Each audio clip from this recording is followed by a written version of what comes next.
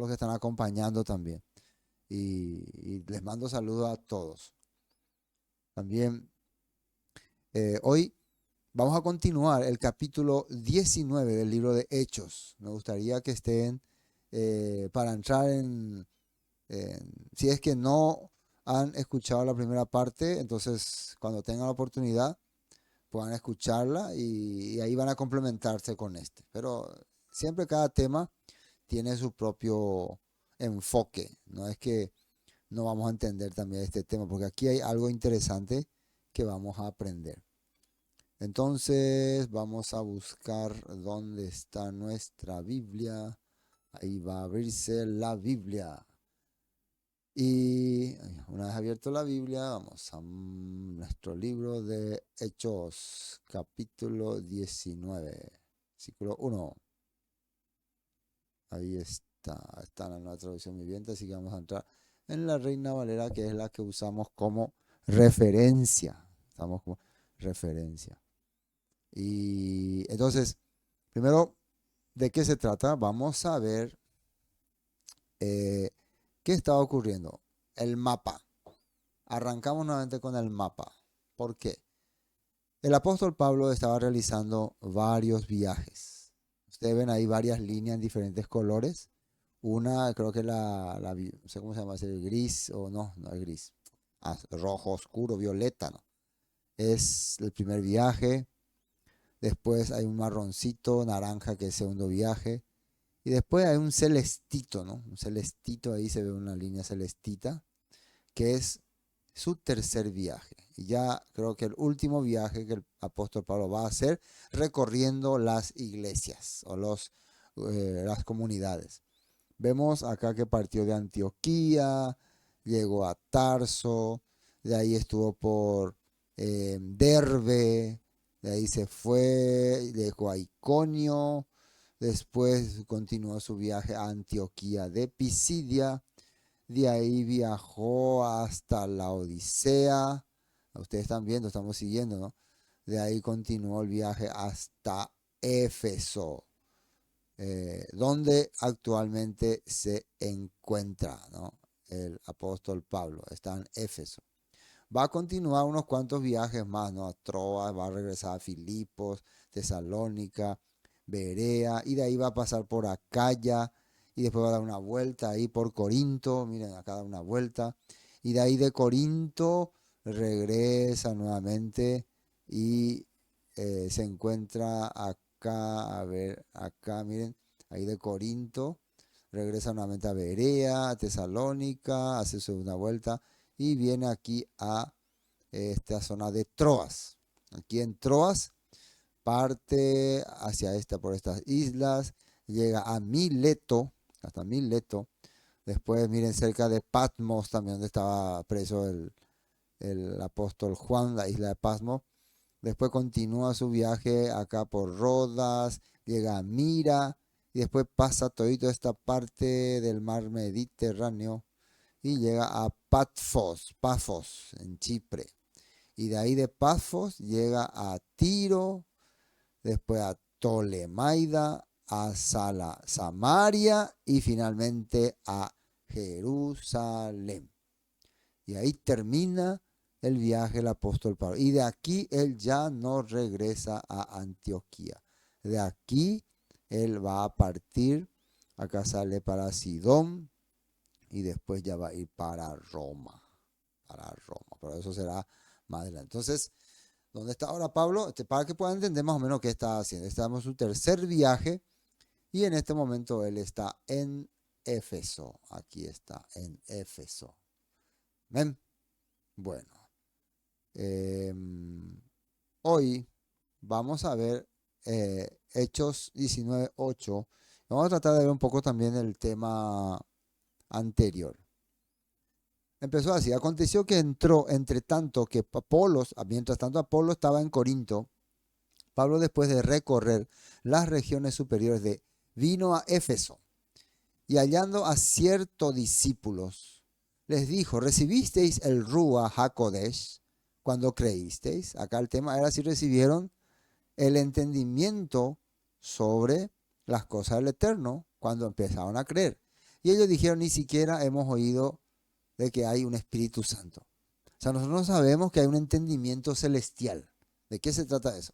Entonces dijo, ¿en qué pues fuisteis bautizados? O sea, ¿cómo entonces fueron hechos parte de esta comunidad?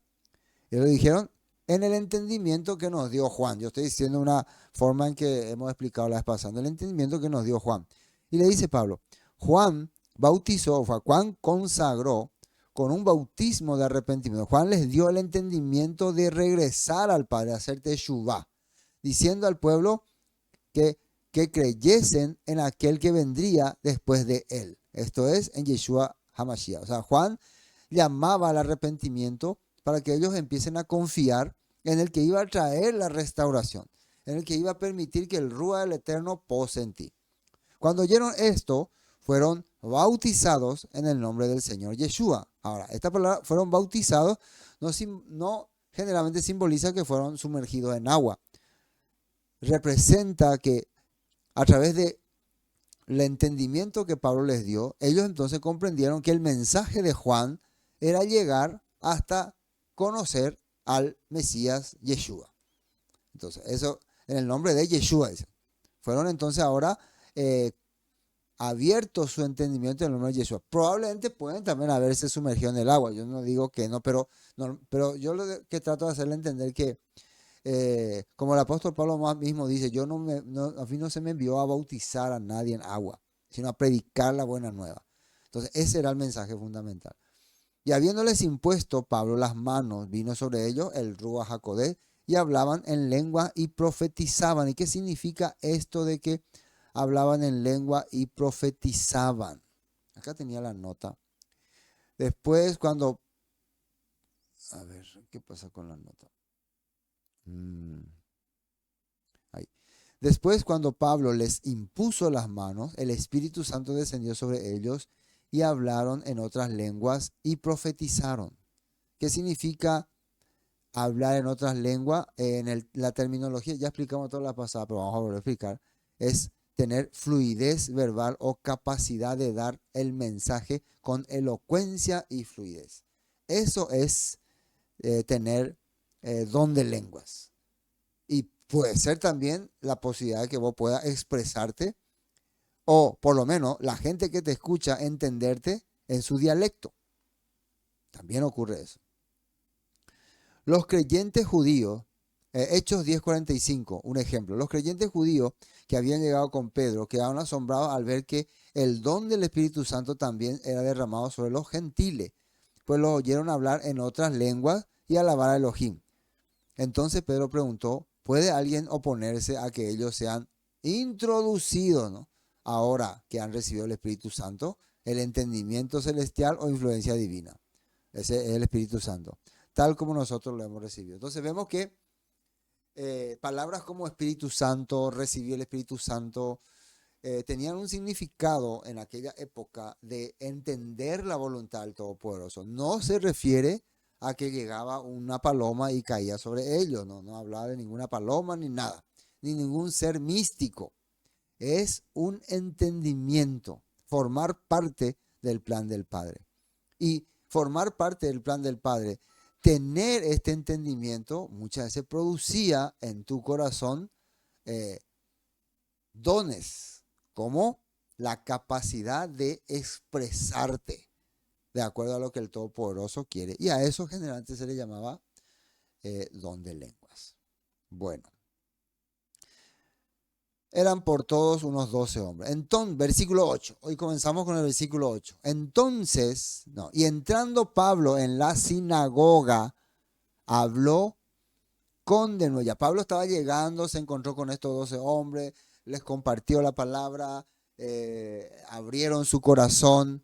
Y después dice que entró en... Fíjense una cosa, ni bien llega Pablo a Éfeso, lo primero que hace es, se encuentra con estas personas, comparte con ellos, probablemente eran helenistas, judíos que adoptaron la cultura griega, y ni bien llega y se instala en la ciudad, ¿dónde va? En la sinagoga.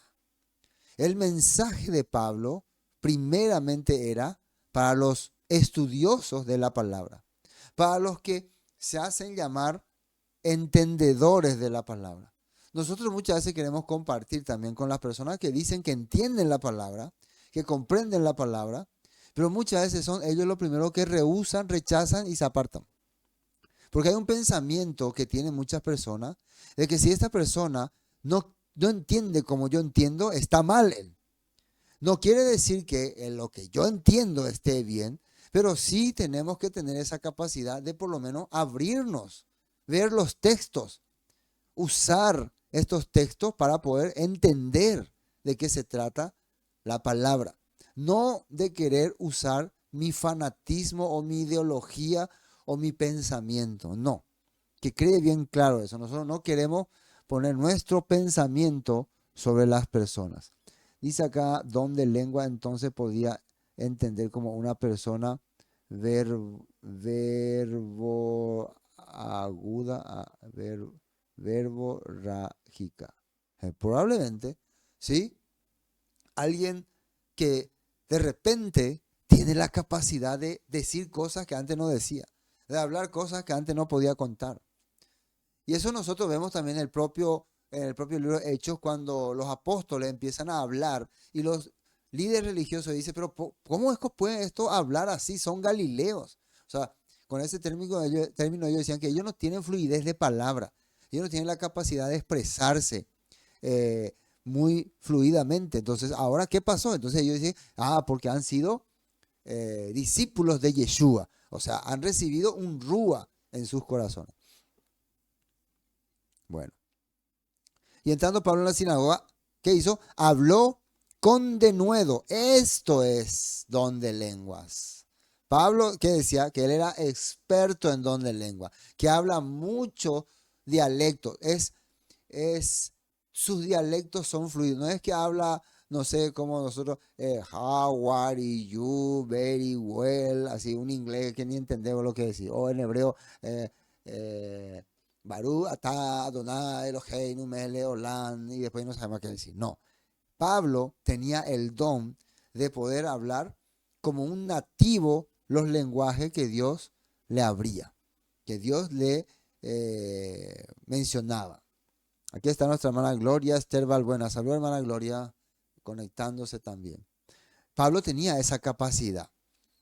Y eso es donde le voy. Y vemos aquí ya de entrada, habló con denuedo por espacio de 3 meses. 3 meses. Probablemente cada Shabbat, claro. Cada Shabbat. Entonces, ¿cuántos Shabbat hay en un mes? Hay 4 Shabbat. Durante 12 Shabbat. Él iba, compartía, le explicaba.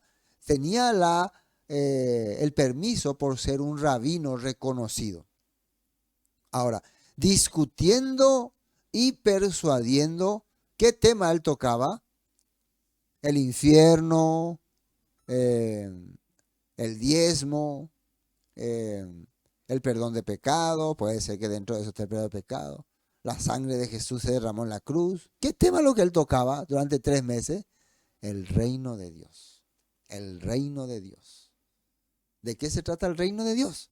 Ese es un tema que los judíos conocen muy bien. Tiene que expresarse por eso, si ustedes quieren saber más o menos cómo Pablo predicaba, ahí en los primeros capítulos que hemos visto, cuando Pablo llegaba a una sinagoga, cómo él empezaba a explicar, cómo empezaba a expresarse, de qué tiempo. Toda la parte donde fue lo mismo. Acá solamente ya se resume. Reino de Dios. El reino restaurado de Dios es lo que él hablaba. Nota 8. Nota 8 dice, nueva traducción viviente, Hechos 28, 20. ¿Por qué puse esto? Porque les quiero mostrar que aquí más o menos explicó acerca de cuando Pablo llegó también ya a Roma, Pablo en Roma, y cuando empezó a expresarse. Miren lo que dice acá, Pablo en Roma. Hechos 28, 23. Hermano Víctor Amarilla, Shabbat Shalom para todos. Felicidades a Chloe, iba a decir Chloe. Hoy está de cumpleaños. Saluda ahí a la mamá también. Entonces fijaron una fecha. Ese día, Pablo está en Roma, ¿no? Entonces quiere reunirse con los judíos que están en Roma y fijan una fecha. Fíjense cómo se hacía la reunión. Yo quiero hablar una cosa antes de continuar. Ustedes saben que nosotros en este momento no tenemos una congregación fija. No tenemos. No tenemos. O sea, un edificio fijo. Tenemos un terreno que algún día puede ser construyamos, si el Padre permite, un edificio, ¿no? Pero muchas personas piensan que el hecho de que no tengamos un edificio, nosotros no podemos estudiar, ni compartir, ni reunirnos. Y hoy van a ver ustedes que no es así. Pablo primero fue al edificio fijo, a la sinagoga, pero no le aceptaron ahí, le rechazaron. Entonces, ¿dónde establecía sus reuniones? Primero acá, ya estando en Roma, dice, entonces fijaron una fecha, se fijó una fecha. No, una fecha puede ser un Shabbat, puede ser un miércoles, un jueves. Y ese día mucha gente llegó al lugar donde Pablo estaba alojado. O sea, se alojó en un lugar y allí llegó. No dice que era una congregación, una iglesia. Algunos dicen que era una casa alquilada. Después alquiló una casa. Donde Pablo estaba alojado. Él explicó y dio testimonio acerca del reino de Dios. Una vez más, estando en Roma, explica y da testimonio qué es el reino de Dios. Y trató de convencerlos acerca de Yeshua con las escrituras. Él trató de convencerlos que Yeshua vino y anunció ese reino, y hay pruebas en las escrituras de que el Mesías tenía que hablar acerca del tema del reino que va a ser restaurado. Eso habló él. Usando la ley, o sea, la Torá. ¿Qué yo tengo que usar si quiero hablar del reino de Dios? Si quiero hablar del mensaje de Yeshua, ¿qué tengo que usar? La Torá. No puedo decir que la Torá ya fue abolida o ya no es, no, es la Torá que tengo que usar. De Moisés y los libros de los profetas. Y hoy en día muchos en el cristianismo tradicional andan diciendo que los profetas ya eran del tiempo pasado, la Torá ya del tiempo pasado. Estas personas no pueden entender entonces el propio Nuevo Testamento porque no abren su mente. El apóstol Pablo para predicar no usaba, claro, no va a usar porque él no tenía carta a los romanos, carta a los gálatas, él no tenía eso, que él tenía la Torá, los profetas. Eso era su herramienta, no había otra herramienta. ¿Ven? Y los libros de los profetas, les habló desde la mañana hasta la noche. Esto es cuando estaba en Roma. ¿Y qué dice? Algunos se convencieron por las cosas que dijo, pero otros no creyeron. Otros no quisieron aceptar lo que Pablo dijo. Bueno, entonces vemos que lo mismo está haciendo acá entrando en Éfeso, en la sinagoga, acá durante 3 meses, y dice que él está hablando del reino de Dios. ¿Y qué es hablar del reino de Dios? Tratar de mostrarle a través de las escrituras, a través de la Torá, a través de los profetas, que Yeshua es el ungido. Pero, versículo 9, endureciéndose algunos y no creyendo. Atiendan bien acá.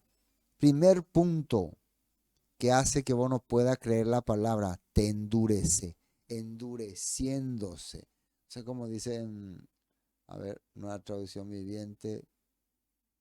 Pero algunos se pusieron tercos. Acá, miren, se pusieron tercos. Se pusieron tercos. Rechazaron el mensaje. Volvamos a Reina Valera. Endureciéndose algunos y no creyendo, maldiciendo el camino. Y esto vamos a aclarar un poco acá. ¿Qué es esto de maldecir el camino? La palabra maldecir es como decir rechazando y diciendo que esto no es bueno. Cuando alguien dice que lo que vos estás enseñando no es bueno, no es bíblico o no es de Dios, aunque no use la palabra te maldigo, te está maldiciendo. Yo le digo una cosa a las personas que me escuchan, ¿no? Si ustedes quieren eh, hacer entender que esto está mal, que esto es errado, demuéstrenlo con textos, o sea, con argumentos, con escritura, con puntos de vistas, ¿cómo se puede decir? Fuera de fanatismo religioso, con mente abierta, investigando también, usando cada palabra. no endureciéndose, no endureciendo el corazón. Eso es muy importante, ¿no? Nosotros, sin darnos cuenta, cuando fuimos atacados por la religiosidad, en vez de poder abrir nuestra mente a otras personas, endurecemos nuestro corazón. Nos hacemos duros. No queremos escuchar opiniones ni comentarios. Pero endureciéndose algunos no creyendo, no creyendo. ¿Qué es lo que no creían? ¿De qué Pablo le hablaba? Del reino de Dios. ¿Qué tocaba? La enseñanza de Yeshua, maldiciendo el camino. Esta palabra, el camino, es como se le denominaba al movimiento de creyentes en Yeshua. Porque Yeshua una vez dijo que era el camino, pero el camino nosotros sabemos que es la Torah. Y aquí yo te doy opción, dice, para elegir a dónde vas a dirigir, decía en la Torah. La vida o la muerte. Escoge pues la vida. Entonces, algunos denominaron a este nuevo entendimiento, era nuevo porque muchos estaban totalmente confundidos con la mentalidad tradicional judía, el camino. Ese era el nombre que tenía. Si alguien quiere denominarle algún nombre a su movimiento, el camino era el primero. Algunos también le decían la secta de los nazarenos, ¿no? También. Pero no es porque ellos se autodenominaron así. Era simplemente como le conocían. Dice, maldiciendo el camino, entonces maldecían, ¿no? Hablaban mal de los que compartían este tema del reino de Dios. Delante de la multitud, se apartó Pablo de ellos y separó a los discípulos, discutiendo cada día en la escuela de uno llamado Tirano. Y acá tirano, no es tirano de T. Acá vamos a ver algo. Aparece una escuela. Escuela, dice, ¿no? Escuela. De uno llamado Tirano. O sea, miren, Pablo ya no tuvo la oportunidad de compartir en la sinagoga porque ya no le permitían.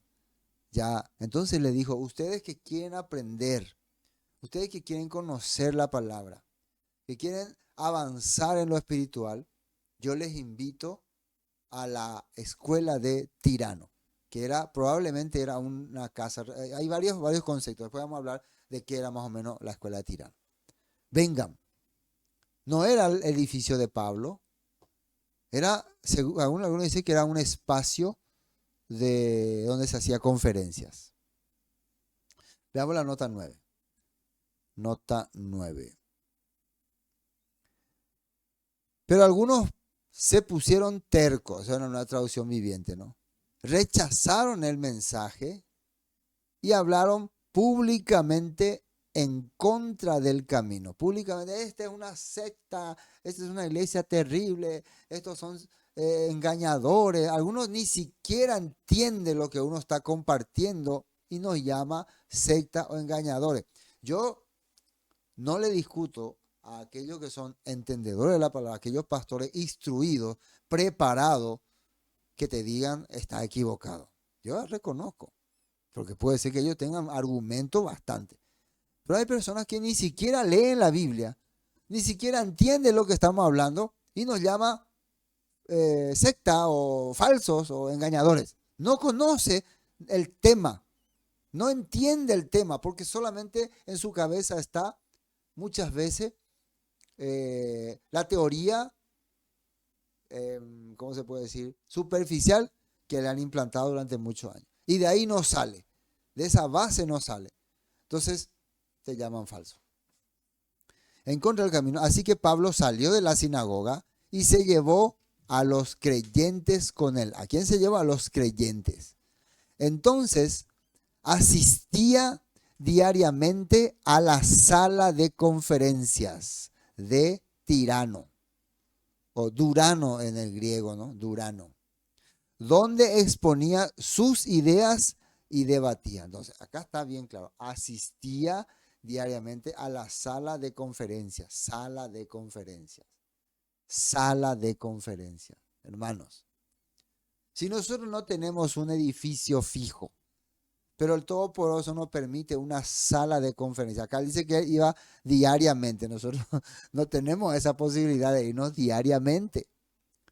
Pero el Todopoderoso nos ha permitido poder reunirnos una vez al mes allá en una sala de conferencia en el Hotel Das Hayes.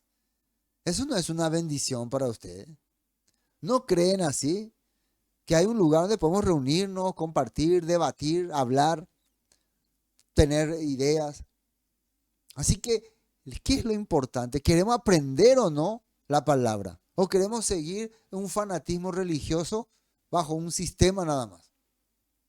Dos puntos de vista hay. Entonces, los que realmente ya no querían ser parte de un sistema religioso que seguía repetitivamente sus acciones, siguieron a Pablo y dejaron sinagoga y se fueron a una sala de conferencia.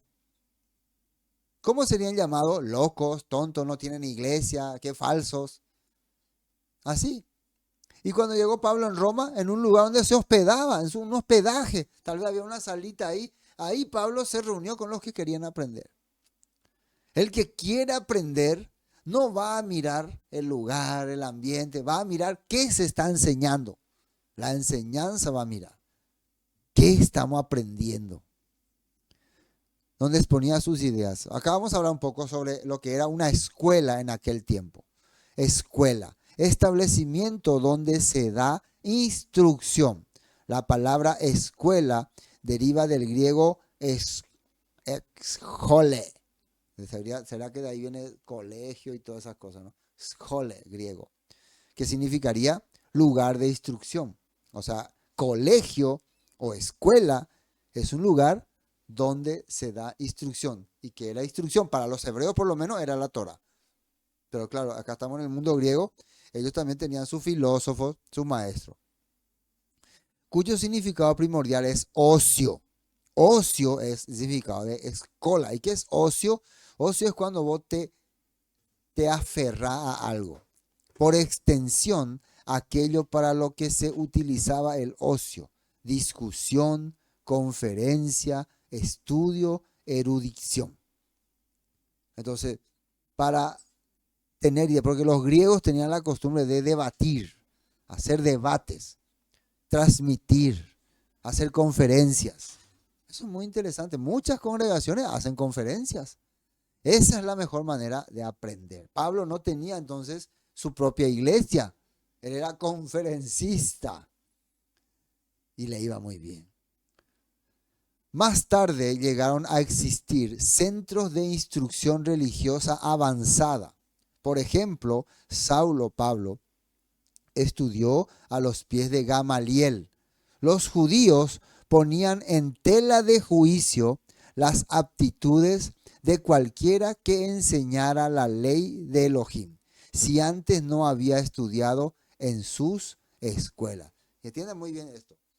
Si vos en aquella época, si vos te sentías maestro, si vos querías ser maestro, vos tenías que pertenecer a una escuela, ¿cómo se puede decir? Preponderante, o a una escuela de renombre, una escuela de renombre. De esa manera ellos aceptan. Por eso Pablo podía entrar en la sinagoga, porque todos sabían que él era uno de la escuela de Gamaliel, de la escuela de Gamaliel. Él estudió con Gamaliel, de acuerdo a los datos que tenemos en la Biblia. Entonces, así aceptaban que tu enseñanza sea pura. Ahora la pregunta es, ¿y nosotros de qué escuela somos? ¿Cuál es nuestra escuela? O sea, cuando te preguntan, ¿qué instituto teológico estudiaste? Y miren, yo conozco muchas personas que estudiaron en institutos teológicos. Eh, Supuestamente yo también estudié en un instituto teológico, ¿no? Pero increíblemente los institutos teológicos de hoy en día ya están totalmente contaminados. Ya miren, el propio Pablo es un ejemplo. Por más que él estudió en la escuela de Gamaliel, ahí había cosas que no llegó a comprender. Muchas veces hay diferencias. Yo sé que en los institutos teológicos vos vas a aprender muchas cosas interesantes, como ahí se aprende, perdón, como eh, hebreo, griego, cultura, historia de la Biblia, herramientas que son indispensables para alguien que quiere enseñar la Biblia. Pero hay el mensaje que es el profundo, el el mensaje que va hacia tu vida, ¿no? Que va dirigido hacia guiar tu vida. Y eso, como dice la escritura, se logra cuando vos recibís guía del Rúa. Pero no vayan a pensar que porque yo creo que tengo guía del Rúa, el Rúa me está guiando. Tiene que ser evidente, tiene que haber evidencias, tu comportamiento, tu trato con los demás, tu forma de expresarte. Tus palabras tienen que ser coherentes, lógicas. Eso es lo que hace que se pueda distinguir que el Rúa está trabajando en tu vida. Y otra cosa importante, mínimo tiene que haber testigos que confirmen que realmente vos estás siendo guiado por el Rúa. Esto es muy importante entender. Ahora, miren, seguido esto, vamos a este punto. Vamos a Hechos 22:1. Pablo en Jerusalén. Para que podamos saber. Hermanos y estimado, Pablo se presenta ante Jerusalén, es arrestado y después pide para hablar con las personas. Estimados padres, dijo Pablo, escuchen mientras presento mi defensa. Esto fue cuando fue arrestado ya ahí en Jerusalén. Y miren acá, cuando lo oyeron hablar en el idioma de ellos, dice, hablar en lengua. Todos estaban convencidos de que Pablo era un gentil, porque él era de Tarso. Pero de repente, precisamente de eso lo estaba acusando, cuando se reúne, les habla en el idioma que ellos, no sé, probablemente era el hebreo o el arameo. Pero no era el tema que le hablaba en arameo, les hablaba lúcidamente. ¿Usted conoce esos que hablan, esos extranjeros que quieren hablar español? Nosotros queremos explicar un poco las cosas, así no le sale bien. Pero Pablo cuando se expresaba en el lenguaje hebreo o arameo, era bien fluido. Y a eso, hermano, se le llama hablar en lenguas. Y esa capacidad que vos tenés de expresarte, de dar la vuelta y hablar con las personas, ese es un don que Dios le daba a las personas cuando creían. Dice, hablar en lengua. El silencio fue aún mayor, dice. Entonces Pablo dijo, soy judío, nacido en Tarso, una ciudad de Cilicia, y fui criado y educado aquí en Jerusalén bajo el maestro Gamaliel, como estudiante de él, o sea, la escuela de Gamaliel. Fui cuidadosamente entrenado en nuestras leyes, dice, y costumbres. Leyes y costumbres. O sea, el judaísmo tenía sus leyes, o algunas establecidas en la Torá, y dentro también estaban las costumbres. Leyes que se habían implementado por alguna costumbre que habían tenido y que ellos lo usaban también como cosa importante. Costumbre judía, dice. Llegué a tener un gran celo para honrar a Dios en todo lo que hacía, tal como todos ustedes. Entonces acá le está explicando en su defensa, yo soy una persona que estudió en una de las mejores escuelas aquí de Jerusalén. Ahora, ¿y Yeshua? Acá mi pregunta es, ¿y Yeshua en qué escuela estudió? Muchas de las personas, cuando oían hablar a Yeshua, se maravillaban por lo que él hablaba. En Marco, por ejemplo, dice cuando él estaba en una sinagoga que les oían hablar como quien tiene autoridad y no como los escribas y fariseos. ¿Qué significa como quien tiene autoridad? Que ellos oían que Yeshua hablaba como esa persona que entiende lo que está diciendo. Y cuando decía no como los escribas y fariseos, que ellos hablaban, ¿cómo se puede decir? Por puro protocolo. Porque hay que decir nomás. No porque entendían lo que estaba diciendo, no, ni siquiera muchas veces porque creían lo que estaba diciendo. ¿Se acuerdan los herodianos, los seguidores de Herodes? Cuando él les llamó y les dijo, ¿dónde van a ser el Mesías? Ellos le sacan ahí la escritura, en Belén de Judá, señor rey. Ellos estaban hablando por protocolo nomás. No es porque estaban convencidos de lo que decían. Pero vamos a ver cómo de que es nuestro maestro Yeshua, adquirió sabiduría y de qué escuela sería él. Juan 7:15, sabiduría de Yeshua. Juan 7:15, los presentes quedaron maravillados al oírlo. Se preguntaban, ¿cómo es que sabe tanto sin haber estudiado? Ahora, ¿por qué los judíos se sorprendían con Yeshua y pensaban que él no había estudiado?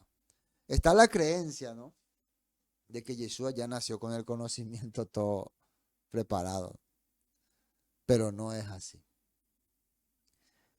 Y lo que sí les puedo decir que Yeshua, desde joven, por lo menos el apóstol, el evangelista Lucas, narra un acontecimiento, uno de los pocos creo, de la niñez de Yeshua, cuando él tenía 12 años, precisamente una edad donde el judío ya se manifiesta si es que va a tener interés en la palabra, ¿no?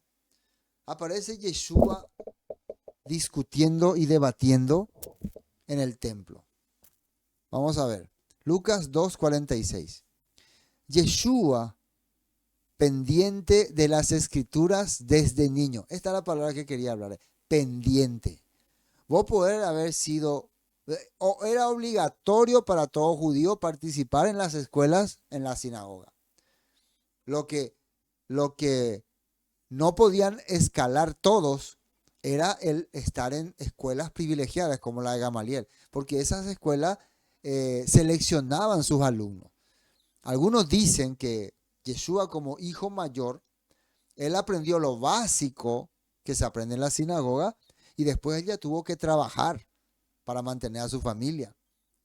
Pero que su hermano menor, esto estoy hablando es solamente de informaciones, su hermano menor, Santiago, él sí fue a estudiar en alguna escuela importante, no claro de la Gamaliel, pero una escuela importante en Jerusalén. Y estos costos, porque había costos para estudiar ahí, eran pagados por Yeshua. O sea, Yeshua hizo que su hermano sí vaya a una escuela privilegiada. Recuerden, todo lo que estoy contando son informaciones que hay en las tradiciones cristianas y judías. Entonces que Santiago sí era una persona preparada, por eso después él se queda como líder de la iglesia, porque era una persona preparada y entendedora, inclusive le llamaban el justo. Entonces, ¿pero de dónde sale entonces la sabiduría de Yeshua? Dice acá en 2:46, 3 días después, en Lucas 2:46, por fin lo encontraron. Yeshua se había perdido de sus padres, ellos vinieron para la fiesta de Pesach y ellos estaban regresando a la caravana y Yeshua no estaba en la caravana y después se dan cuenta y al tercer día de haberse dado cuenta llegan y lo encuentran en el templo. Y atiendan bien, sentado entre los maestros religiosos. ¿Y qué dice ahí? Escuchándolos. Escuchándolos. Y haciéndoles preguntas. Entonces, ¿por qué escuchaba Yeshua a los religiosos de su época, siendo de 12 años? Él tenía un entendimiento de que yo tengo que comprender a profundidad este tema. No sé si para ese entonces Yeshua sentía que él era el ungido, había tenido un sueño que fue ungido, yo no sé, esa es su historia, no sé. Pero sí puedo saber por el relato que nos da Lucas que Yeshua tenía interés en la palabra, un interés superior a otro joven de su época. Y probablemente no tenía todavía en ese tiempo la capacidad de ser enviado a una escuela de renombre.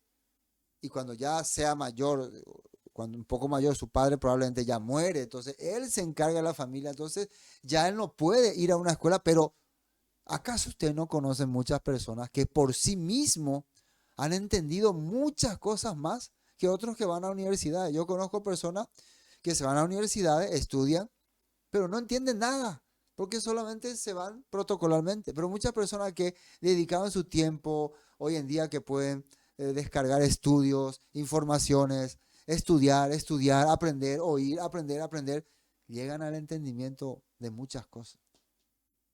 O sea, esta tarea que nosotros hacemos de investigar, de averiguar, de estudiar, aunque no podemos pagar tal vez un instituto, ya lo aplicó Yeshua.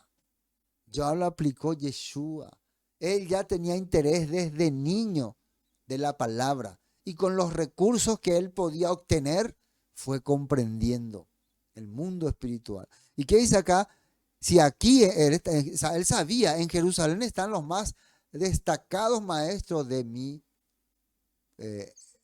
creencia, ¿no? Yo los voy a escuchar y les voy a preguntar unas cosas. Y les preguntaba. ¿Y qué dice acá? Todos los que lo oían quedaban asombrados de su entendimiento y de sus respuestas. O sea, cuando le oían los maestros, le preguntaban también cosas. ¿De dónde vos, chicos, sabés tantas cosas? Y bueno, yo estudié aquí, me interesa esto, tengo interés en la restauración de no sé qué habrá dicho, yo estoy especulando. Pero lo que sí que también las personas adultas se sorprendían de Yeshua. O sea, este relato que Lucas nos da es un relato muy importante para tener en cuenta entonces este punto. Pablo presentó discursos en la sinagoga de Éfeso por un periodo de 3 meses, pues la sinagoga eran centro de instrucción. No obstante, cuando algunos se opusieron enérgicamente a las buenas nuevas, dice, dirigió a los discípulos a la sala de conferencia de la escuela de Tirano, donde pronunció discurso todos los días por espacio de 2 años.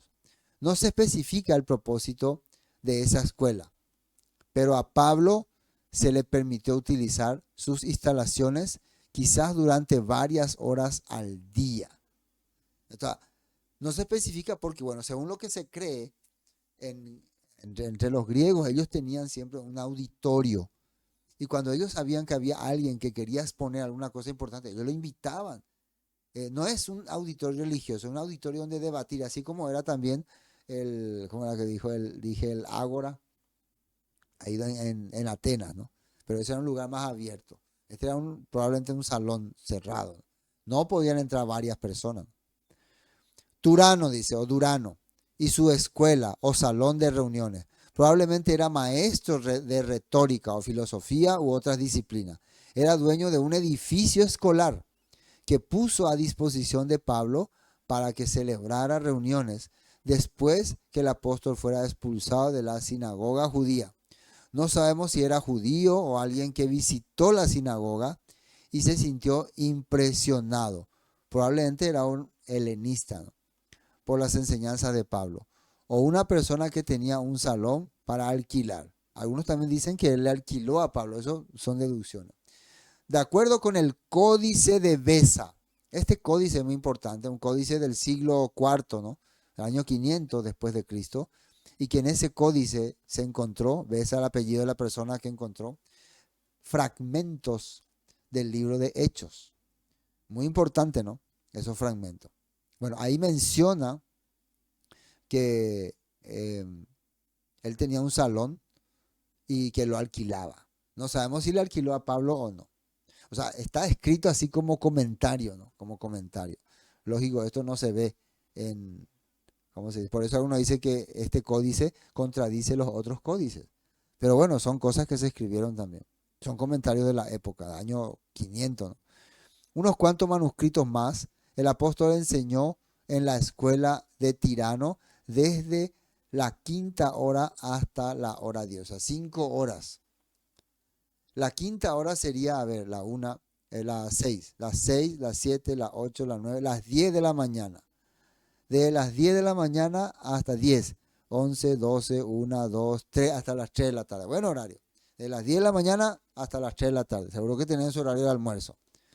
Es el momento en que él enseñaba, dice. De quinta hora, con la que habría seguido la costumbre de los filósofos de su tiempo. Bueno, esto entonces para tener en cuenta que era esta escuela de Tirano o Durano, que es el título hoy de nuestro estudio. ¿Ven? Y eso es muy importante porque si queremos nosotros ser expositores de la palabra, es necesario que estudiemos. ¿Se acuerdan cuando le preguntaban a Yeshua, cuando el de la moneda, con qué autoridad tú enseñas estas cosas? Y él les dijo, si la enseñanza de Juan Bautista era de los hombres o de la tierra. Con eso le estaba diciendo, la escuela de que yo vengo es la misma escuela de Juan Bautista. Es una escuela que enseña de arriba, ¿no? Palabras de arriba. Ahora, cuando yo hablo de arriba, no me malentiendan otra vez. Quiere decir que yo estoy así orando y me viene la luz. No. Quiere decir que yo creo que el Eterno instruyó y dejó instrucción para que yo pueda aprender. Eso es de arriba. Así continuó por el versículo 10, por espacio de 2 años en Éfeso. Imagínense, hizo todo un estudio de teología. Los de Éfeso fueron recibidos de predicadores. Después le voy a mostrar más o menos de qué compartía Pablo ahí. De manera que todos los que habitaban en Asia, judíos y griegos, oyeron la palabra del Señor Yeshua. Ahora, esto de todos los que habitaban en Asia es claramente una exageración. No van a venir todos los habitantes a escuchar la palabra. Pero lo que Pablo trata de explicar, o sea, el escritor de Hechos trata de explicar, que inclusive de otras ciudades vinieron y aprovechando que Pablo abrió una escuela, vinieron también a aprender. Inclusive algunos dicen que estando él acá, algunos fueron y fundaron otras iglesias como Colosenses. Algunos comentan así, ¿no? De acá vinieron a instruirse, muchos vinieron a aprender acá y después de acá ellos fueron y llevaron este mensaje en sus ciudades y abrieron comunidades enteras. Griegos oyeron la palabra del Señor Yeshua. Nota 10. Nota 10. Efesios 1:12. Lo que probablemente Pablo enseñaba ahí. A fin de que seamos para alabanza de su gloria, nosotros los que primeramente esperábamos en el Mesías, en él también vosotros, habiendo oído la palabra. Entonces está hablando ya por carta. Esto Pablo ya está preso en Roma y le envía carta a los efesios para recordar todas las cosas que le había enseñado. Él ya está preso en Roma. Oído la palabra de verdad, el evangelio de vuestra salvación, y habiendo creído en él, fuisteis sellados con el Espíritu Santo de la promesa, que es la arra de nuestra herencia, hasta la redención de la posesión adquirida para alabanza de su gloria. Efesios 2:1. Y él os dio vida a vosotros cuando estaban muertos en vuestros delitos y pecados. Fíjense lo que está hablando. Ustedes estaban antes alejados de la Torah, alejados de la palabra, aunque eran judíos, otros judíos helenizados, no estaban con la palabra. Pero él nos dio vida, dice. Efesios 2:11, también cuál era el tema. Dice que se hablaba del reino de Dios. Y el reino de Dios consiste en restaurar Israel. No olviden que ustedes los gentiles, los helenos, antes estaban excluidos. Eran llamados paganos. Atiéndame acá. Eran llamados paganos. Porque estos gentiles o helenos en realidad eran judíos que se habían convertido al helenismo. O sea, habían adquirido cultura helenista. Por eso los judíos observantes, los judíos tradicionales le llamaban paganos. Porque decían, ellos viven como, por más que son judíos, viven como paganos. Eran llamados también incircuncisos. ¿Por qué? Porque muchos de estos helenistas ya no seguían la práctica de la circuncisión. Ya cortaron. Por los judíos, quienes estaban orgullosos de la circuncisión. Aun cuando sea práctica, solo afectaba su cuerpo, no su corazón. En esos tiempos ustedes vivían apartados del Mesías, no se les permitía ser ciudadanos de Israel. Miren, vivían apartados del Mesías. No podían, porque apartados quiere decir no entendían su mensaje. Y no podían ser considerados ciudadanos de Israel. Y no conocían las promesas del pacto de Elohim. Habían hecho pacto de Elohim, que Elohim había hecho con ellos. Ustedes vivían en este mundo sin Elohim, sin esperanza, pero ahora han sido unidos al Mesías Yeshua. Antes estaban muy lejos de Elohim, pero ahora fueron acercados por medio de la sangre del Mesías, del sacrificio de Yeshua, fueron hechos participantes. Pues el Mesías mismo nos ha traído la paz. Él unió a judíos y a gentiles en un solo pueblo. Cuando todas estas cosas, no quiero perder más tiempo acá, lo que Pablo compartió. Acá también Efesios 4:22, en cuanto a la pasada manera de vivir, despojar. Todo esto él enseñó en Efesios y aquí le está recordando. Porque en otro tiempo erais tiniebla, mas ahora soy luz. En el Señor andad como hijos de luz. Porque el fruto del Espíritu es toda bondad, justicia y verdad. Bueno. Así entonces, enseñó Pablo y él ahora le está recordando esa enseñanza. Y dice, y hacía milagros y extraordinarios, y hacía Dios milagros extraordinarios por mano de Pablo. De tal manera que aún había, aparte de de enseñar durante esos 2 años, había milagros, dice, extraordinarios. Ahora, un tema importante es a qué ellos le llamaban milagros. Y vamos a explicar ahora. Miren, de tal manera que aún se llevaban a los enfermos los paños o delantales de su cuerpo y las enfermedades se iban de ellos y los espíritus malos salían. Este versículo vamos a tener que analizar muy bien. ¿Qué eran enfermos primero? ¿Qué eran eh, enfermedades? Enfermedades. ¿Qué eran? Dice, llevaban los paños, enfermos los paños delante de su cuerpo y la enfermedad iban sanada. De tal manera que aún se llevaban a los enfermos los paños, o sea, llevaban la tela de la persona y se tocaba esta tela y se curaban. Hoy, acá esta expresión es netamente una expresión hebrea, que nosotros si la miramos de la perspectiva tradicional cristiana, no vamos a entender de qué está hablando. Vamos a pensar que es como lo dicen los curanderos, tráeme la tela de alguien y voy a orar y va a sanarse. Vamos a pensar así o no, como muchos hoy en día utilizan. Tráeme esto, tráeme aquello. Vamos a ver la nota. La nota. Nueva traducción viviente dice, cuando ponían sobre los enfermos pañuelos o delantales que apenas habían tocado la piel de Pablo, quedaba sanos de sus enfermedades y los espíritus malignos o fuerzas malignas, enfermedades, salían de ellos. O sea que un pañuelo que Pablo tocó, que acercaron por Pablo, después ellos se iban y llevaban por el enfermo, ese enfermo quedaba sano. Yo lo que me hago la pregunta es, acá está hablando de una magia, de una cosa fenomenal o de un milagro, porque en la Biblia habla de milagro, y yo creo que sí, el, el, el poder que tenía la palabra de cambiar los corazones podía hacer que vos llegue a pensar o a creer que este hombre es tan kadosh, tan santo, que su manto o su pañuelo, el pañuelo que él tocó, ya tiene poder para sanarme. La fe podía hacer eso. Pero recuerden que previo a eso ellos estaban aprendiendo de Pablo, estaban escuchando su enseñanza.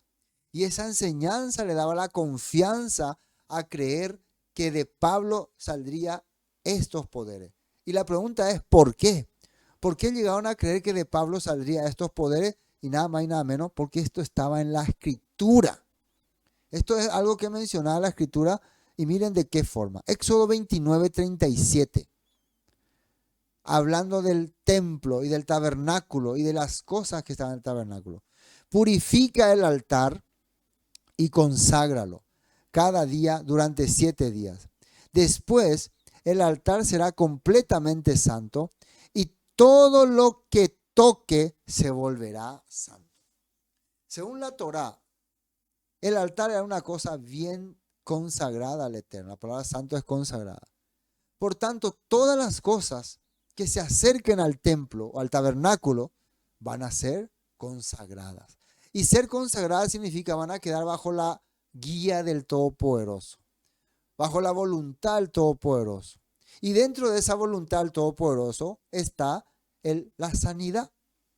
Eso estaba diciendo que iba a ser presentado al tabernáculo. Por eso las personas, cuando estaban en algún problema, tenían que acercarse al tabernáculo o después al templo.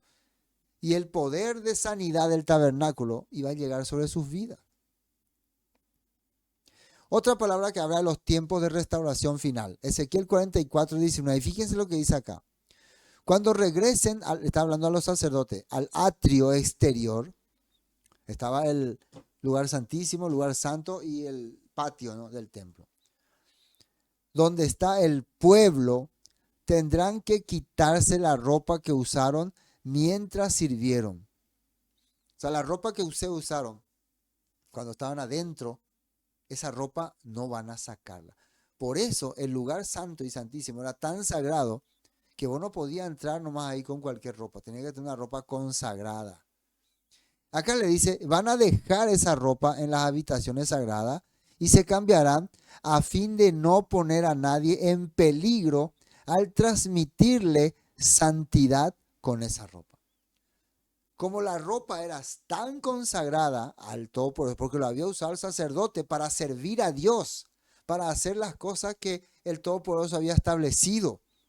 Entonces esa ropa, para que alguien no la toque y esa persona está viviendo una vida corrupta o está mintiendo y le puede matar porque ya están consagrados, no van a sacar la ropa, van a dejarla ahí.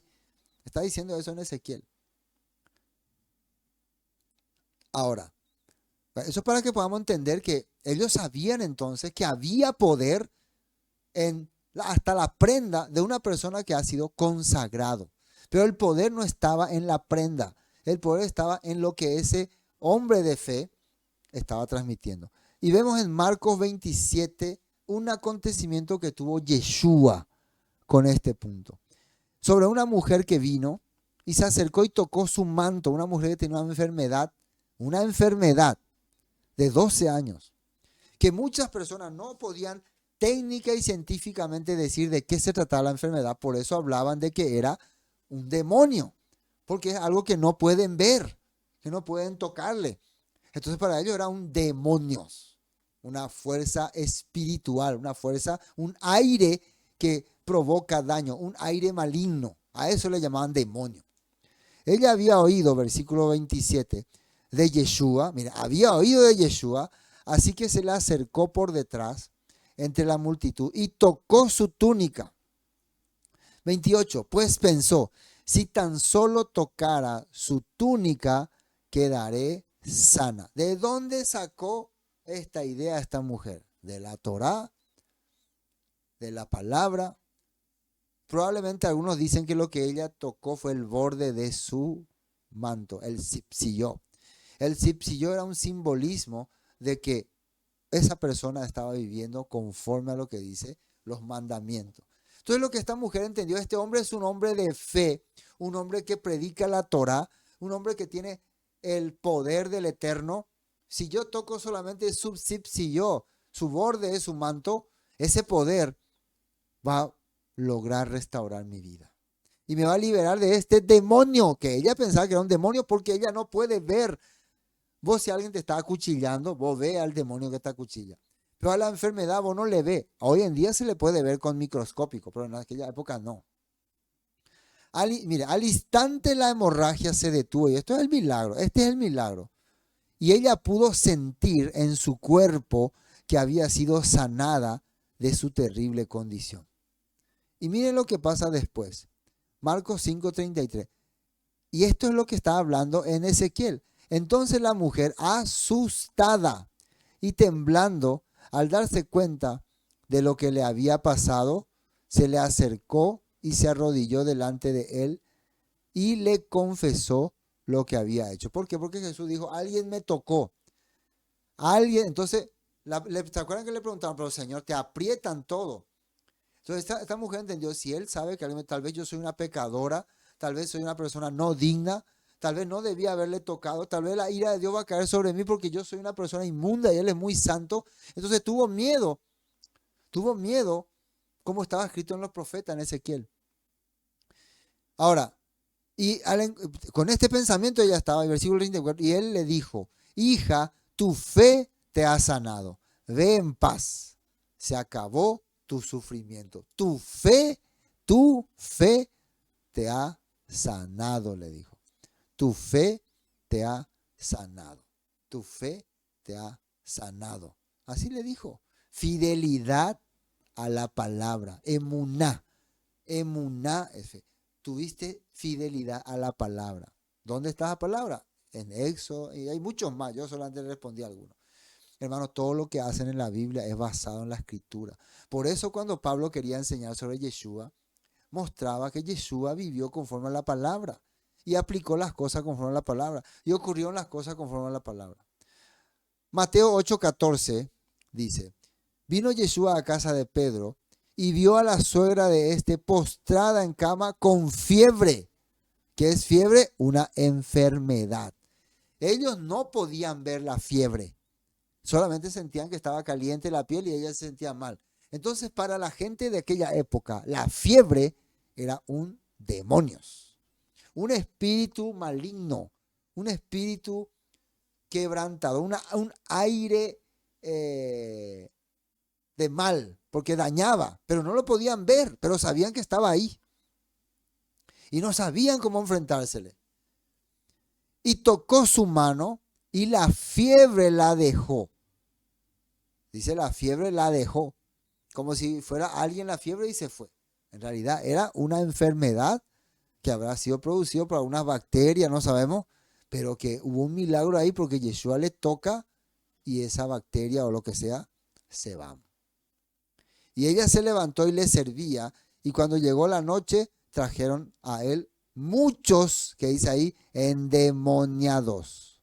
Para ellos, ¿qué era un endemoniado? Alguien que tenía algún trastorno, algún problema y no se podía saber. ¿Por qué actúa así? ¿Por qué se comporta así?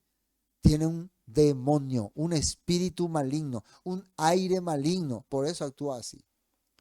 Y con la palabra, dice, echó fuera a los demonios. ¿Qué le habló la palabra? No sabemos qué le dijo. En el nombre de Yeshua le dijo, fuera Satanás. Pero les hablaba. Yo creo que, ese es mi pensamiento, les predicaba, les exponía el reino de Dios y esas enfermedades desaparecían. Y sanó a todos los enfermos. Y miren lo que dice acá, para que se cumpliese lo dicho por el profeta Isaías, cuando dijo, él mismo tomó nuestras enfermedades y llevó nuestras dolencias. Entonces acá cuando dice muchos demonios, fuerzas espirituales, se está refiriendo a enfermedades. ¿Cómo es que Yeshua tenía el poder para sanar a las personas las enfermedades? Uno tenía ese don milagroso. Hay muchas personas que oran por las personas y se sana. Yo no puedo decir que tengo ese don, pero muchas veces que me han pedido orar por la sanidad de alguien, lo he hecho esperando que el Todopoderoso haga su voluntad. Y hay muchas personas que vieron que su oración, tal vez el Padre recibe su oración y son sanadas. Pero hay también muchos farsantes.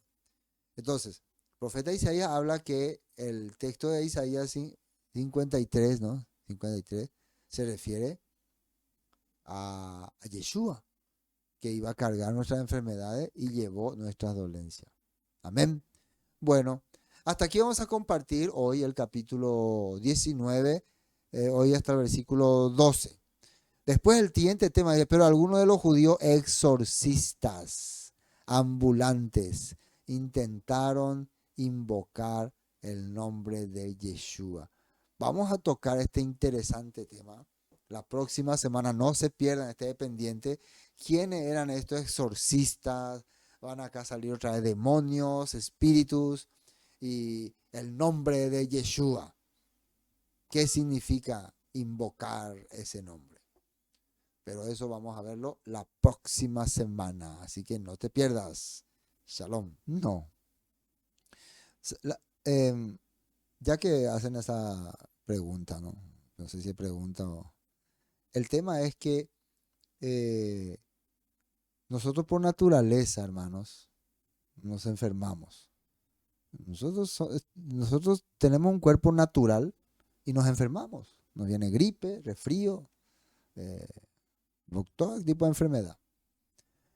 En aquella época, ellos no sabían por qué venían esta enfermedad. No conocían. Nosotros hoy podemos investigar y sabemos que ocurre tal vez por mala alimentación, tal vez por problemas genéticos, tal vez por el clima, por una bacteria que está en el aire. Nosotros hoy podemos saber de dónde viene, pero en aquella época no sabían. Lo único que ellos pensaban, muchas veces pensaban, era probablemente vivió una vida mala, probablemente Dios le castigó, probablemente eso pensaban ellos. Entonces, por eso muchas veces también ellos mismos entran en, ¿cómo se puede decir? Amargura, tristeza, desesperación. Y, y venían y querían acercarse al Padre para poder que el Padre les libere de estas cosas. Y yo entiendo que el cuerpo tiene la capacidad de recuperarse, no de todas las enfermedades, pero de muchas sí. Yo no creo que todas las personas tal vez hayan sido sanadas, pero creo que todas las personas que confiaron, si yo restauro mi vida, tal vez su vida se desesperó por la enfermedad, como la mujer sirofenicia que vivía desesperada porque su hija andaba con problemas, entonces ella también estaba mal, era atormentada por un demonio. Entonces ella, viendo esta situación, ¿qué hizo? Se acercó a Yeshua, se humilló a Yeshua. Y el tener paz en su corazón restauró su casa. Y dentro de todo eso está la fe en el Creador y en su Mesías, y la fe en su palabra, y su palabra tiene poder. Hermanos, la palabra poder es fuerza. Y muchas personas han logrado salir de situaciones difíciles cuando han confiado en el Todopoderoso, en su palabra y en su poder. Con la palabra vos convencés a muchas personas de salir tal vez de lugares de perdición, de lugares terribles, ¿no? Vos le convencés y salen. Así.